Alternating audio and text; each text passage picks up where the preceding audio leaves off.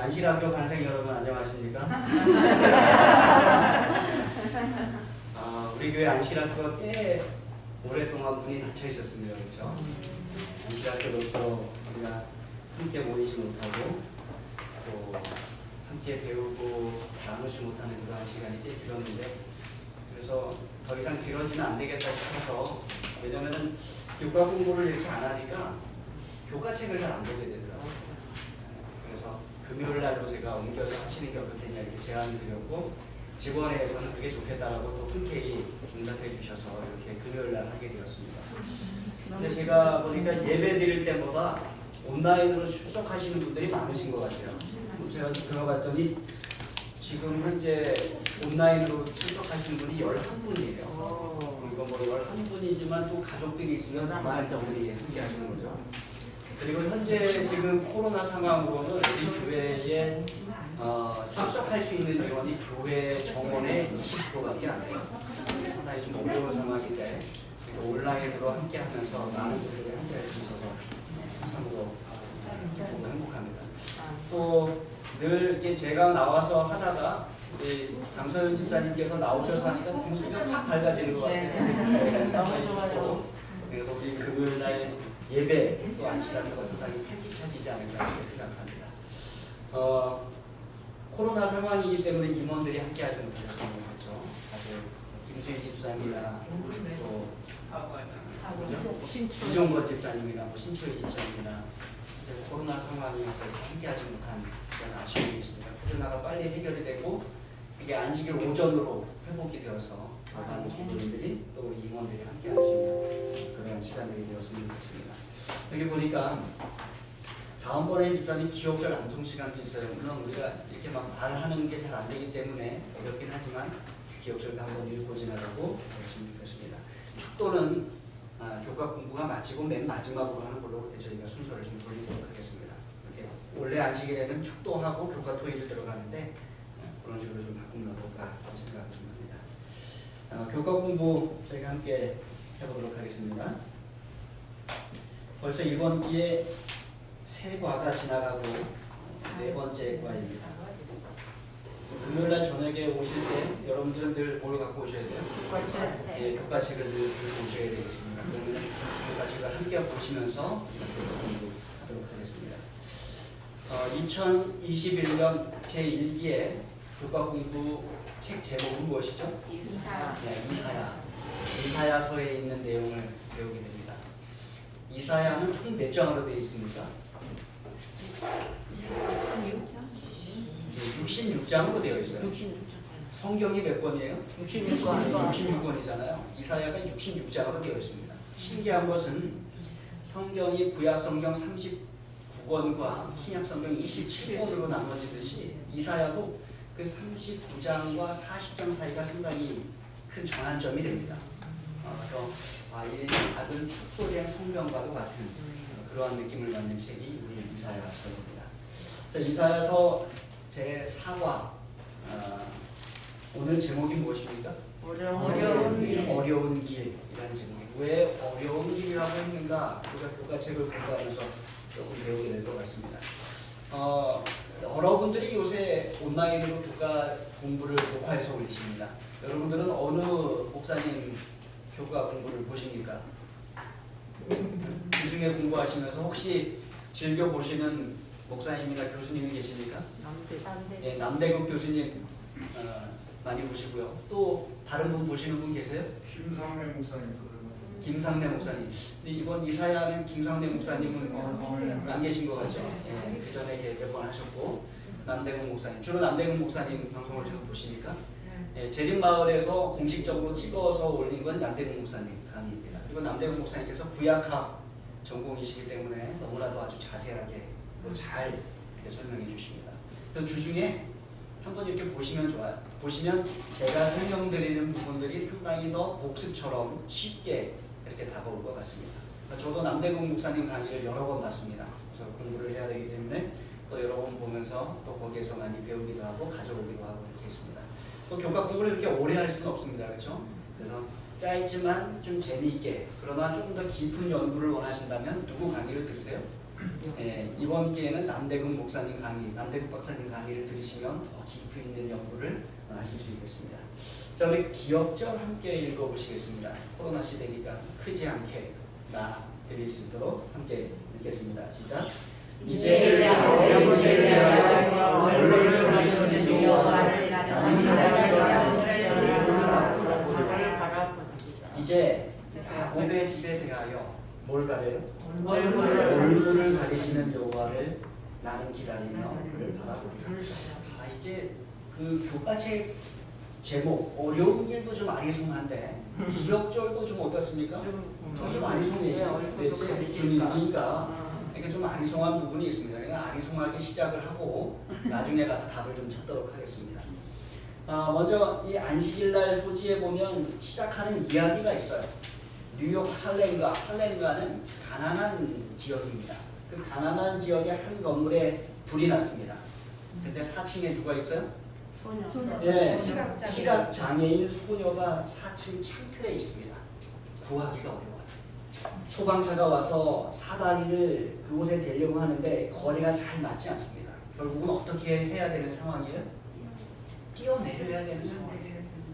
이 시각장애인 소녀가 4층에서 뛰어내리는 것은 상당히 어려운 일이에요. 저도 4층에서 뛰어내리라고 하면 아무리 밑에 그물이 있고 또 이렇게 쿠션이 있어도 저도 뛰어내리라고 하면 상당히 겁이 날 것 같아요. 그런데 앞이 전혀 보이지 않는 시각장애인 소녀가 뛰어내리려면 이게 얼마나 어렵겠습니까? 그런데 누가 왔어요? 아빠가 왔어요. 아빠가 와서 뭐라고 합니까? 마이크 대고 확성기 대고 이렇게 저렇게 해서 뛰어내려라. 소녀가 어떻게 했습니까? 뛰어내렸어요. 왜 뛰어내릴 수 있었죠? 완전히 신뢰했기 때문에 이렇게 얘기합니다. 아버지니까. 네. 하나님께서 우리에게 원하시는 게 뭐예요? 완전한 신뢰. 네. 우리의 상황은 참 불난 건물의 4층에 베란다에 가 있는 그 눈먼 사람과 같은 상황이지만 누가 계시니까? 네, 하나님 아버지가 계시니까 하나님께서 하라는 대로 신뢰하고 뛰어내리면 다치지도 않고 부러지지도 않고 그 생명을 건지게 된다는 이야기. 그래서 하나님께서 쉬운 길이나 뭔가 하면 하나님을 신뢰하는 길이에요. 네, 하나님은 믿고 의지하고 하나님 말씀대로 하는 게 쉬운 일이에요. 어려운 길은 뭐예요? 안 믿는 거예요. 하나님께서 이렇게 믿으라고 했는데 하나님 믿지 않고 굳이 다른 길로 가겠다고 하는 것이 되게 어려운 길이에요. 이게 오늘 교과책에서 말하고 있는 그 어려운 길. 근데 이 세상에 참 어려운 길을 가는 사람이 어떻습니까? 참 많아요. 네. 저와 여러분도 때때로 어려운 길 가시려고 하시죠? 네, 가끔. 네. 근데 오늘 공부하고 나서는 우리가 어떤 길을 가야 돼요? 쉬운 길로 꼭 가게 되기를 간절히 바랍니다. 네. 자, 오늘 51페이지 가시면은 맨 위에 학습 목표가 있습니다. 이걸 잘 알고 공부해야지 우리가 제대로 공부하는 거예요. 첫 번째 깨닫기 함께 읽어보실까요? 시작. 우리가 정말 두려워할 대상은 세상의 것이 아니라 생명의 주인이신 하나님을 깨달아간다. 이거 깨달아야 됩니다. 오늘 공부하면서 이거 깨달읍시다. 느끼기. 눈앞에 보이는 일시적인 것보다 보이지 않는 영원한 것을 소중히 여긴다. 그러니까 눈앞에 보이는 것보다 보이지 않는 영원한 것을 소중히 여긴다. 이거 느껴야 됩니다. 행하기. 현대적인 권위나 주술을 배척하고 하나님이 보내신 선지자들의 청원을 따르고 결심한다. 그런 것이 우리 안에 있어야 됩니다. 자, 월요일 소식, 일요일 소식 하겠습니다. 일요일 소식 제목이 무엇이죠? 예언이 성취돼. 예언이 성취돼. 어떤 예언이 성취됐는가? 이런 걸 보시겠습니다. 자, 먼저 이사야 선지자에 대해서 설명해드리겠습니다. 이사야 선지자는 이스라엘이 북방 이스라엘, 남방 유다로 나누어져 있을 때 남방 유다를 위하여 외쳤던 하나님의 선지자입니다. 이사야 선지자가 기별을 외칠 때의 남방 유다의 왕은 10번째 왕 우시야, 11번째 왕 요담, 12번째 왕 아하스, 13번째 왕 히스기야, 그리고 14번째 왕 므낫세까지 이사야가 기별을 전했어요. 므낫세 중반에 이제 이사야가 봉사를 마치게 됩니다. 근데 어떠한 예언이가 이 이사야 7장 14절로 16절의 말씀을 우리가 한번 펴보셔야 돼요. 한번 펴서 읽어보시겠습니다. 이사야 7장 14절로 16절. 제가 14절 읽고 15절 읽어주시고 16절을 함께 읽겠습니다. 그러므로 주께서 친히 징조를 너희에게 주실 것이라. 보라, 처녀가 잉태하여 아들을 낳을 것이요 그의 이름을 임마누엘이라 하리라. 누가 아들 버리며 손을 택할 줄 알지. 네, 너무 일찍 읽었나요 제가? 제가 읽지. 15절 다시 한번 시작. 그가 악을 버리며 손을 택할 줄 알 때가 되면 엉긴 젖과 꿀을 먹을 것이라. 16절 함께 시작. 대저 그 아이가 악을 버리며 손을 택할 줄 알기 전에 내가 미워하는 두 왕의 땅이 해안 땅이 되리라. 자, 요게 이사야가 하나님의 예언을, 하나님께서 주신 예언을 이스라엘 백성들에게, 유다 민족에게 특별히 전한 것입니다. 이렇게 얘기합니다. 주께서 친히 징조를 너희에게 주실 것이라. 하나님께서 주신 징조가 뭔가 하면 처녀가 잉태하여 아들을 낳는 것입니다. 당시 이 예언이 나중에 예수님께 적용이 되는데, 당시는 어떠한 한 아이였습니다. 누군지 정확하게 나와 있지 않습니다. 그 처녀가 잉태하여 아들을 낳을 것인데 그 이름이 뭐예요? 임마누엘. 하나님께서 함께 하신다라는 뜻이에요. 함께 하시는 하나님, 임마누엘이야. 그런데 그 아이가 악을 버리며 선을 택할 줄 알게 될 때, 어느 정도 성장하게 될 때에 뭘 먹게 될 것이다? 엉긴 젖과 꿀을 먹으리라. 우리가 볼 때 이게 상당히 좀 좋아 보이기도 하거든요. 엉긴 젖은 뭐 버터라고 하기도 하고, 꿀도 좋은 거지 않습니까? 그런데 사실은 이것은 안 좋은 상황에 대한 표현입니다. 엉긴 젖은 오래돼서 젖이 굳었다는 것이에요. 양이나 소의 젖이 오래돼서 굳었고, 꿀은 야생 꿀을 먹을 것이다라는 것입니다. 다시 말하면 이 백성들이 난리 속에서 한 곳에 머물러서 농사를 짓지 못하고 곡물을 먹지 못하고 뭘 먹는다고요? 예, 목축하면서 여기저기 떠돌아다니면서 양과 소의 엉긴 젖과 야생에서 채취한 꿀을 먹을 수밖에 없는 안 좋은 상황에 있게 될 것이라는 것입니다. 아이가 성장해서 어느 정도 될 때에. 그 다음에 16절에 보니까 이 아이가 악을 버리며 선을 택할 줄 알기 전에, 그러니까 그거보다 더 성장하는 거죠. 선, 악을 분별할 수 있기 전에 어떻게 되리라? 내가 미워하는 두 왕의 땅이 황폐하게 되리라. 여기 너는 아하스 왕이에요. 그리고 그 왕이 미워하는 두 왕은 시리아와 북방 이스라엘의 왕입니다. 이게 남방 유다가 두 나라에 자꾸 침공을 당한 거예요. 북방 이스라엘과 시리아 연합군에 자꾸 침공을 당하니까 이 왕은 미워한 것입니다. 그런데 그 아이 임마누엘이 태어나서 어느 정도 자라기 전에 어떻게 되리라? 두 왕의 땅이 황폐하게 되리라. 이러한 약속이 하나님께 주어진 것입니다. 자, 교과책으로 가보면요, 이렇게 이야기하고 있어요. 임마누엘은 아하스가 직면한 징태양난의 상황과 구체적으로 연결되어 있는데, 임마누엘이 자라서 다른 종류의 음식을 선택할 수 있기 전에 미워하는 두 왕의 땅이 어떻게 돼요? 황폐하게 되리라. 수리아, 시리아 이렇게 부르는데, 수리아와 북방 이스라엘 세력, 남방 유다를 계속해서 괴롭히던 그 세력이 어떻게 된다? 황폐하게 될 것이라는 하나님의 약속이에요. 그런데 이 약속이 반복해서 나왔습니다. 1절부터 2절, 4절에서 9절 거듭 반복해서. 하나님께서 이 약속을 반복해서 말씀하시는 건 뭐예요? 그러니까 분명히 이루어질 것이라는 약속이에요. 믿으라고 말씀해 주시는 것입니다. 그래서 이 유목민의 식사, 그들이 궁핍해질 걸, 그런 거에 대한 약속을 해주신 것입니다. 그런데 생존에는 문제가 없을 것입니다. 왜요? 그 아이의 이름이 뭐예요? 임마누엘. 하나님께서 함께 하신다라는 그 임마누엘이기 때문에 생존에는 문제가 없을 것이다. 이렇게 약속을 해주신 것입니다. 자, 이 예언이 언제 성취가 되었는가? 우리 교과책은 말합니다. 밑에서 네 번째 줄에 보시면 이사야가 예언한 지 얼마? 2년. 채 2년이 못 되어서 그것이 성취가 되었습니다. 먼저 북방 이스라엘이 침략을 당하고, 그 다음에 수리아의 수도인 다메섹이 정복을 당하고, 아주 신속하게 정확하게 이루어졌다는 것입니다. 하나님께서 예언하신 것이 그대로 이루어졌어요.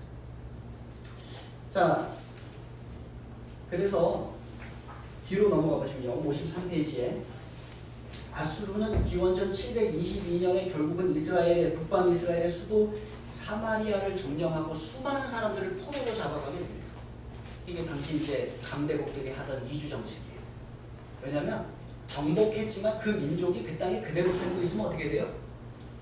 자꾸 반란과 반역을 일으키는 것입니다. 그러니까 이 나라의 사람들은 다른 나라로 이주시켜놓고 다른 나라의 사람들을 여기 나라로 또 이주시켜놓고, 근데 사마리아 사람들은 다 그렇게 한 것입니다. 그래서 이스라엘 백성들이 나중에 사마리아 사람들을 상당히 싫어하잖아요. 왜 그랬습니까?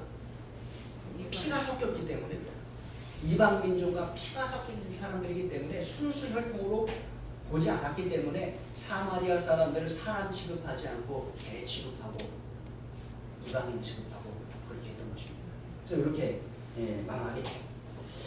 그래서 여기 보면은요, 53페이지 묵상 밑에서 네 번째 줄, 하나님은 중간에 보시면 하나님은 있습니다. 하나님은 유다의 그 부분 함께 읽으실까요? 시작. 하나님은 유다의 원수들에게 무슨 일이 생길지 예언하셨다. 그러나 그분은 아하스에게 말씀하시고 싶은 일정은 이것은 어차피 벌어질 일이기 때문에 아하스에게 의지할 전혀 없는 것이다. 자, 이런 상황이었습니다. 수리아와 북방 이스라엘이 연합해서 자꾸 남방 유다를 괴롭혀요. 근데 하나님이 예언하셨어요. 임마누엘이 태어날 것인데 그 아이가 성장해서 어느 정도 되기 전에 이 두 나라가 어떻게 될 것이다? 망하게 될 것이다. 그러니까 너는 누구를 의지해라? 하나님을 의지해라. 근데 아하스 왕이 누구를 의지했어요? 네, 아수르를 의지했어요.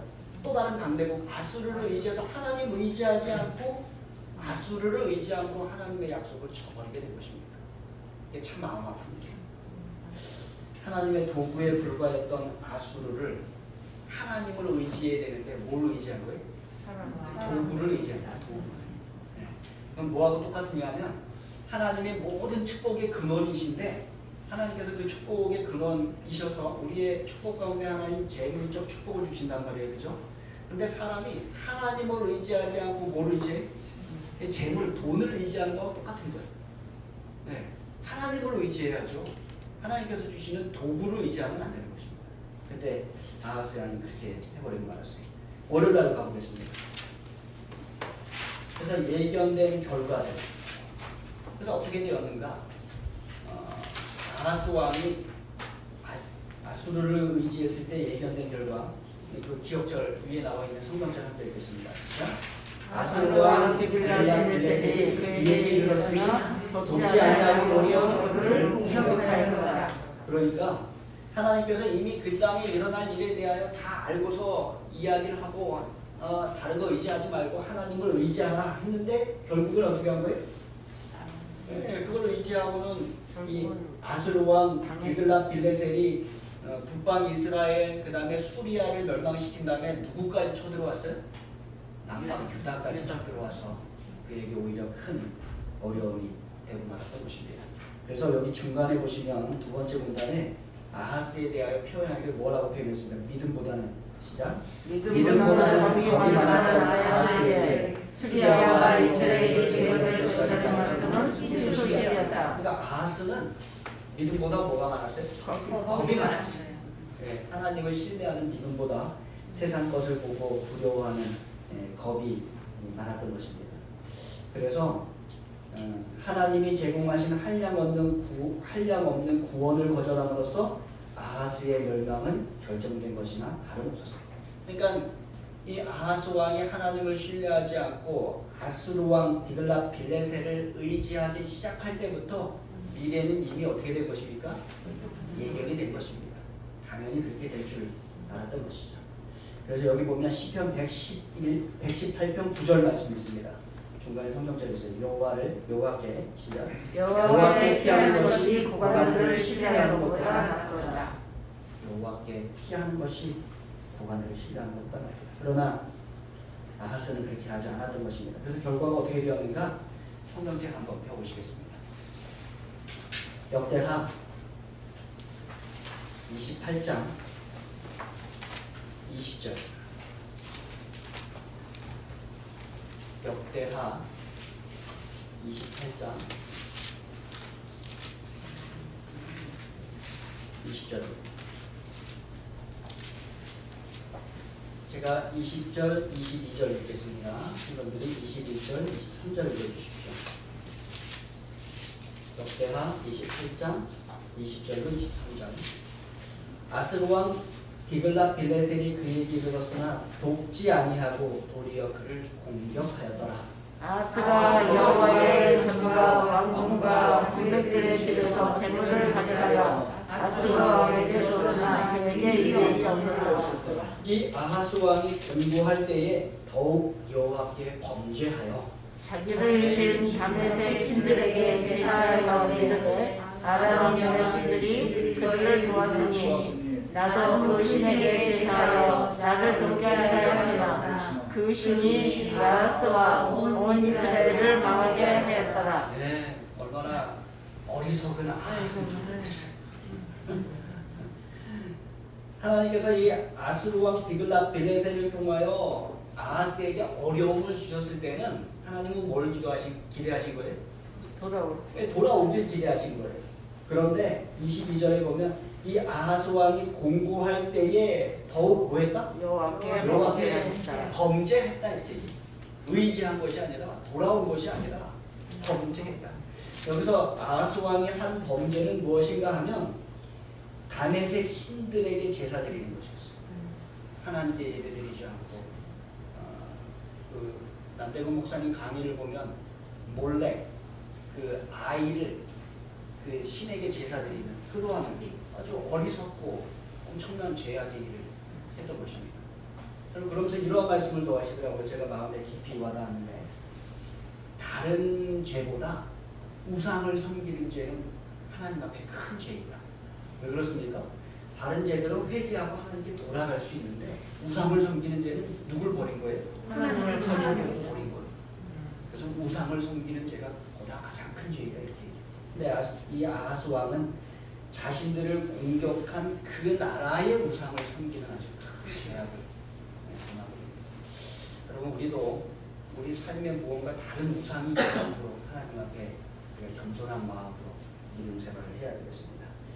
자 여기 보시면 55페이지에 우리가 주목하는 것은 보이는 것이 아니요 보이지 않는 것이니 보이는 것은 잠깐이요 보이지 않는 것은 영원하다 라는 고린도후서 4장 18절의 말씀이 있어요.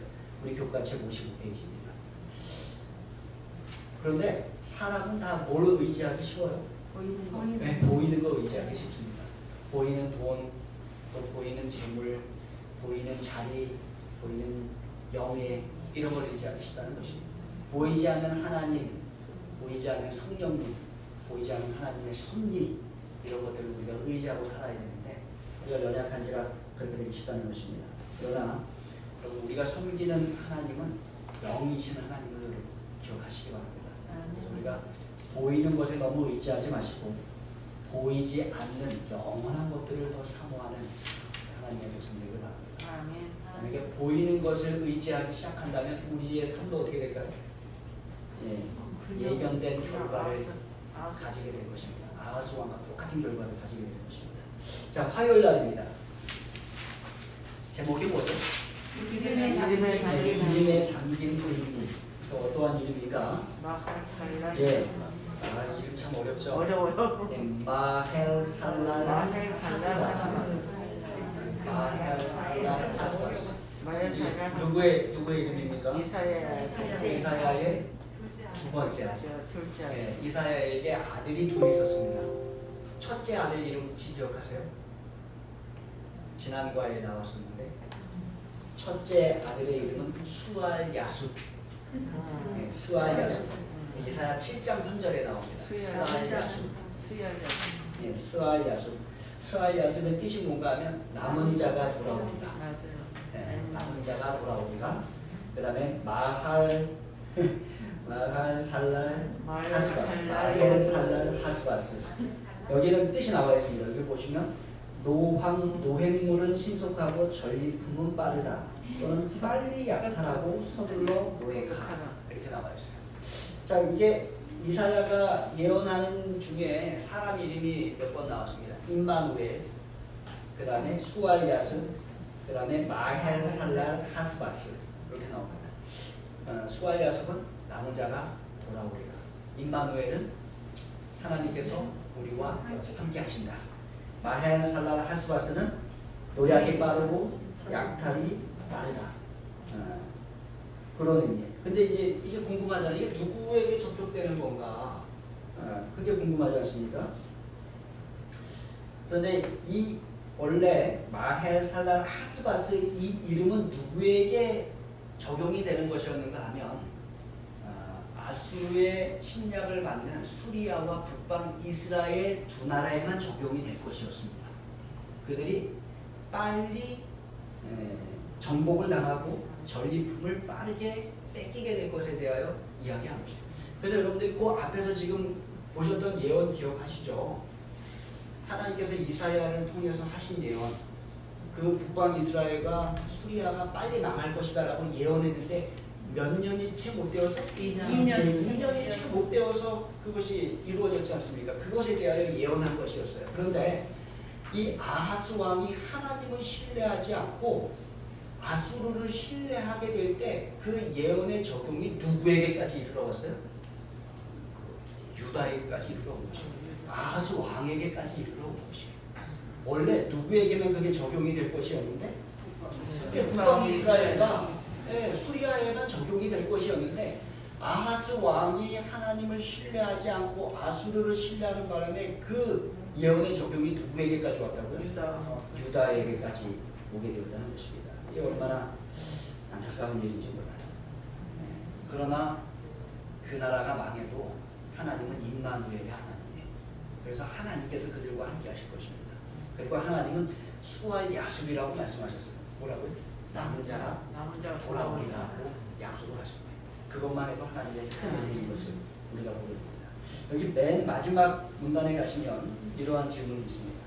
이사야는 왜 자기 아이의 이름이 합법적으로 등재된 사실과 아내와의 부부관계에 대해 언급하는가? 왜 그랬을까요?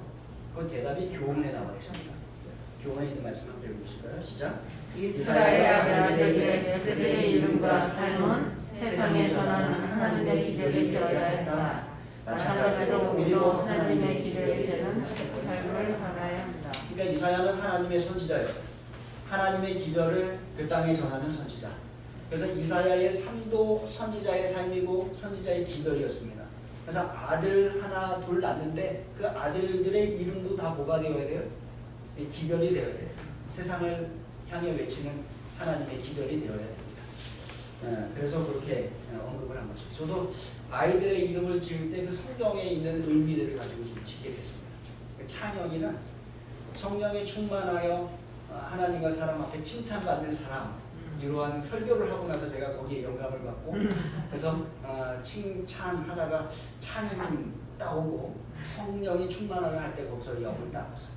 그래서 영찬이라고 할까 하다가 영찬이는 약간 어감이 좀 그래서 찬양이라고 했습니다. 찬소리는 두 가지 뜻이 있습니다. 마찬가지로 칭찬받는 달들이 찬입니다. 소를 섬기다라는 뜻이 있고요. 또 하나는 이끌다라는 뜻이 있어요. 그래서 찬소리의 뜻은 칭찬받는 종, 칭찬받는 리더 이런 뜻이 있습니다. 그래서 하나님 앞에서 그러한 사람이 되어라 이름 지었어요. 그러니까 이게 그리스도인들은 이름을 지을 때 뭘 자꾸 찾게 돼요? 성경에서 그 의미를 찾게 됩니다. 우리도 우리의 믿음을 표현하는 그런 것들을 찾게 됩니다. 자, 이제 수요일 소식으로 가보겠습니다. 58페이지. 제목이 뭐였죠? 하나님을 두려워한다면 라는 제목입니다. 맨 위에 있는 성경절을 읽겠습니다. 시작. 그들이 두려워하는 것을 너희는 두려워하지 말며 놀라지 말고 만군의 여호와를 너희가 거듭하고 그를 너희가 두려워하며 무서워할 자로 삼아라. 이 기도는 확실합니다. 사람들이 두려워하는 것 너희가 두려워하지 말고 놀라지 말고 누굴 두려워하라? 만군의 여호와 그를 너희가 거룩하라 하고 그를 너희가 두려워하므로 무서워할 자로 삼아라. 그러니까 우리가 두려워할 대상은 누구예요? 하나님. 하나님 한 분. 그 중간에 가시면 이러한 말씀이 있습니다. 어디 갔나? 하나님을 신뢰하고 네, 뭐라고 말씀하셨어요, 여러분? 하나님은 사랑하시는 네, 맞습니다. 하나님을 두려워한다면 아무것도 두려워할 것이 없다. 네, 이게 제 눈에 확 안 들어왔는데 여러분들이 찾아주셨어요. 물론 이제 루즈벨트 대통령 뭐 이런 이야기 여러분들이 읽으시면 되고요. 가장 중요한 건 뭐예요?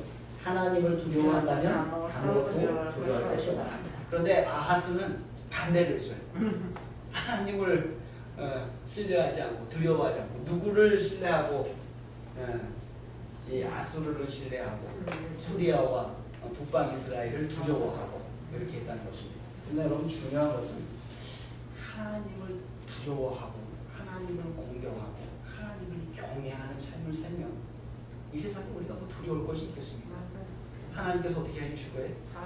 하나님께서 다 이끌어 주실 것입니다. 구원해 주실 때 구원해 주실 것이고 또 내가 잠들어야 될 때 하나님께서 잠들게 하실 것입니다.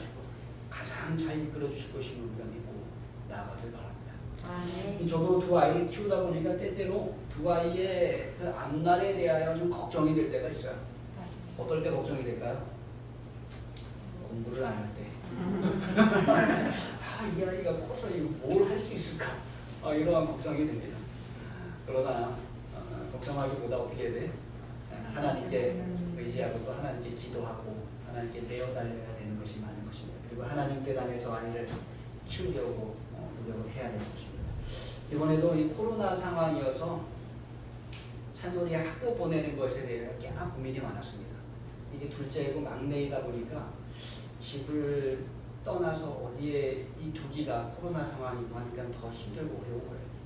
그래서 이 고운동에 고운고등학교가 배정이 되어갖고 우리 마음 같아서는 집에서 좀 가까운데 우리가 데리고 있으면서 보내고 싶은 마음이 간절했습니다. 그런데 이 아이는 한국상륙고등학교를 자꾸 가겠다고 하는 거예요. 거기에 이제 지형이 상륙대학교에 가까이 있고 또 자기가 어렸을 때 만났던 친구들이 거기에 또 많이 온다는 소식이 들렸어요. 그러니까 간다는 것입니다. 그래서 마음 같아서는 여기서 있고 여기에서 있는 게 대학도 더 잘 갈 것 같아요. 왜냐면 서울에 올라가면 서울의 아이들이 공부를 더 잘하고 거기가 숫자가 적어요. 그래서 적은 데서 좋은 등급을 받기가 어려운 것입니다. 그래서 그냥 여기서 우리 신앙생활 같이 하고 다녔으면 좋겠다 하는데 아이가 이렇게 고민을 하고 결정을 했고요. 저는 나중에 이제 생각하다가 결국 그 성경절이 떠올랐어요. 너희는 먼저 그의 나라와 그의 의를 구하라. 그리하면 이 모든 것을 너희에게 더하시리라. 그 성경절이 떠오르고 그래 하나님 안에서 믿는 신앙 안에서 신앙생활하며 다니는 학교를 보내는 게 낫겠다라는 생각을 하고 존중을 하고 이렇게 결정을 좀 하게 되었습니다. 그래서 여러분 우리가 하나님을 두려워하는 것이 뭔지를 우리가 기억하시기 바랍니다. 좀 시간이 많지 않기 때문에 좀 뛰어넘어서 맨 밑으로 가시면 이런 질문이 있습니다. 사랑 안에 두려움이 없고 온전한 사랑이 두려움을 내어 쫓나니 두려움에는 형벌이 있습니다. 두려워하는 자는 사랑 안에서 온전히 이루지 못하였느니라. 두려워하지 말라는 거거든요. 사랑 안에 두려워하지 말라. 그런데 이게 하나님을 사랑함과 동시에 하나님을 두려워하라고 하는 것이 맞는 말이냐? 여러분 어때요? 하나님을 사랑하는 거 어떻게 하나님을 또 두려워할 수 있어요? 사랑하면서 두려워해야죠. 모두 그렇지. 자신들이 두려워해야 한다면 안 되지 않습니다. 교훈에 있는 말씀 함께 읽어보실까요? 교훈? 이렇게 교훈 시작. 우리가 가장 두려워하는 사람은 모든 생명의 주인이신 하나님이시며 그분을 사랑하고 경외할 때 세상에서 모든 두려워할 수 없으시다. 하나님을 진정으로 사랑하고 경외하면 이 세상에 두려워할 것이 없어지게 됩니다. 또 하나님을 사랑하게 되면요 하나님에 대한 잘못된 사상이 사라져요. 그래서 하나님에 대한 잘못된 두려움은 없어집니다. 그 대신에 뭘 가지게 돼요? 경외하심. 하나님이 얼마나 크신 하나님이신가, 하나님이 얼마나 위대하신 하나님이신가, 그런 경외심을 갖게 됩니다. 그 대신에 하나님이 어떠한 심판이 어떤 크게 될까 이러한 두려움은 없어지나요? 뭐에 대한 확신이 있기 때문에? 사랑에 대한 확신이 있기 때문에 온전한 사랑을 우리가 지금 가지게 됩니다. 자, 여기 59페이지 기도가 마음에 들었어요. 기도 함께 읽어주실까요? 아버지 만의 나라에 걱정과 근심, 불안과 두려움이 끊이지 않습니다. 그러나 아버지의 나라는 사랑과 평안뿐이다. 하나님의 나라와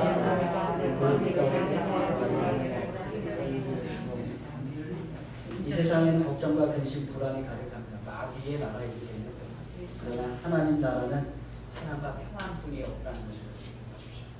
하나님 나라의 거하기를 소망하는 겁니다. 목요일입니다. 제목이 무엇이죠? 은혜를 모르는 자들의 은혜를 모르는 자들의 운명. 어떤 것을 말하는지 기억을 한번 듣겠습니다. 시작. 그들이 말하는 바와 말씀하지 않으면 그들이 이루면 자, 이 말씀은 아하스 왕이 어떠한 왕이었는가에 대한 부가적인 설명이 지금 나와 있는 부분들이에요.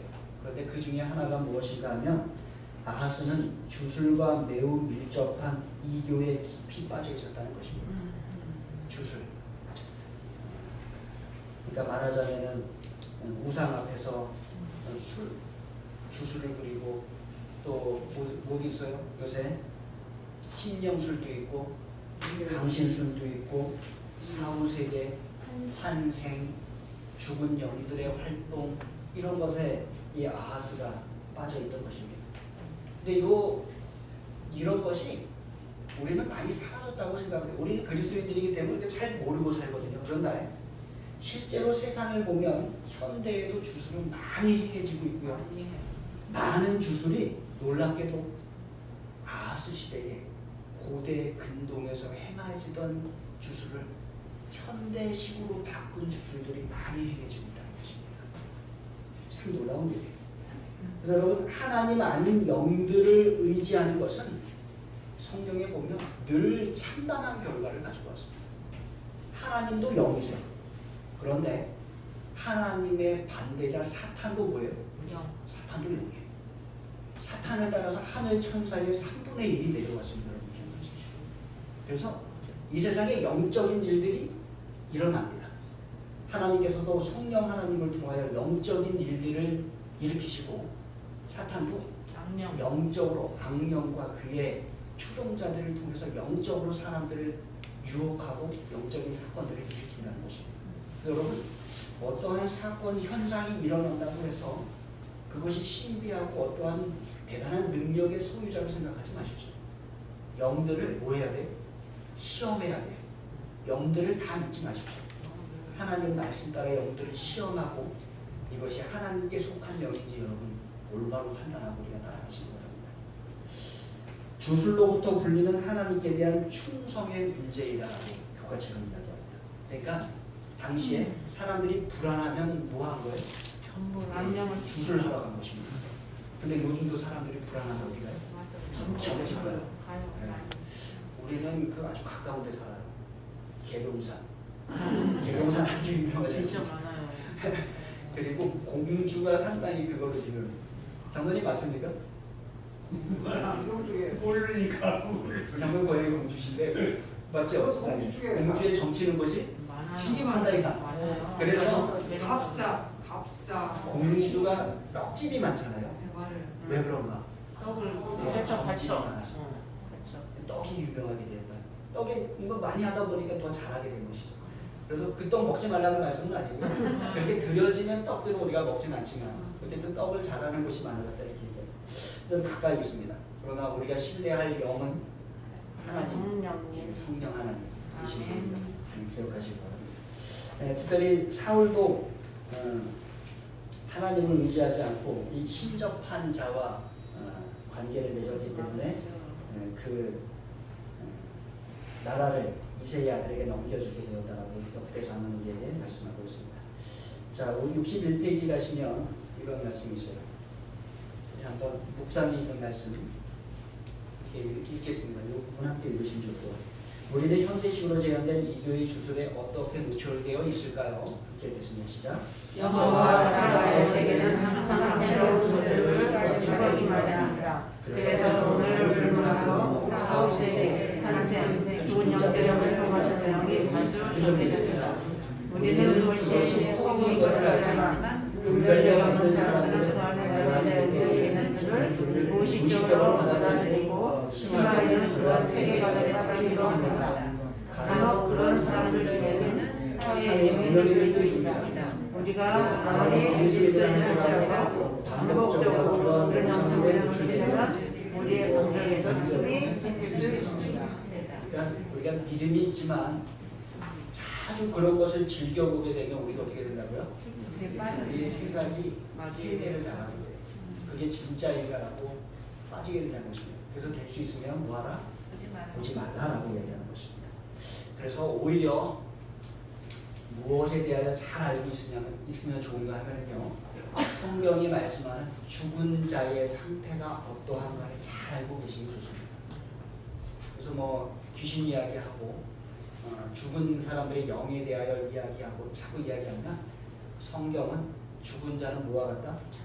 잠자는 너와 같다고 했어요. 이렇게 이야기를 해주시죠. 귀신은 없습니다.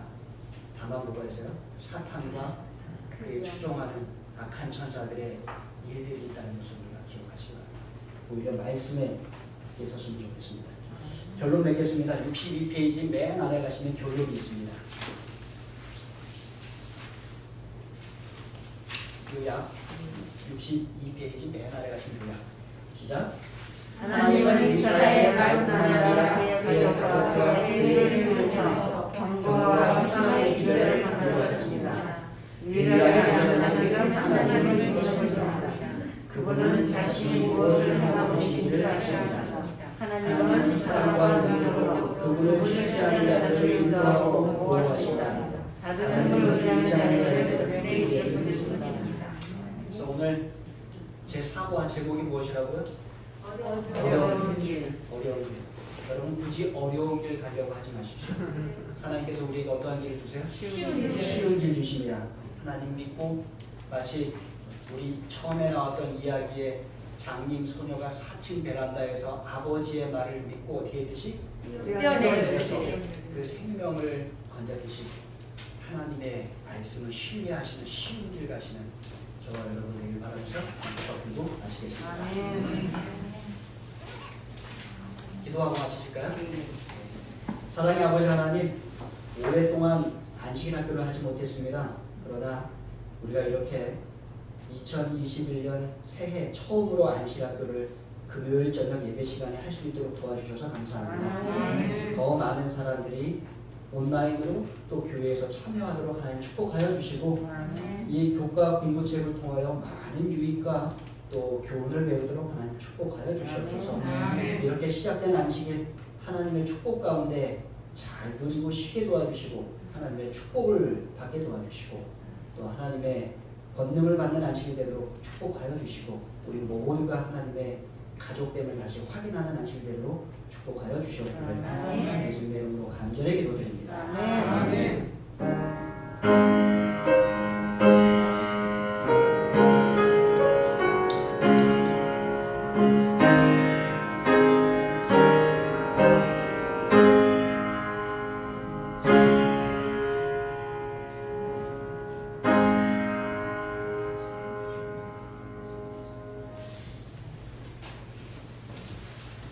그러면 이제 저녁마다 그 안식일 학교로 하는 거예요? 금요일 저녁. 금요일 저녁. 아,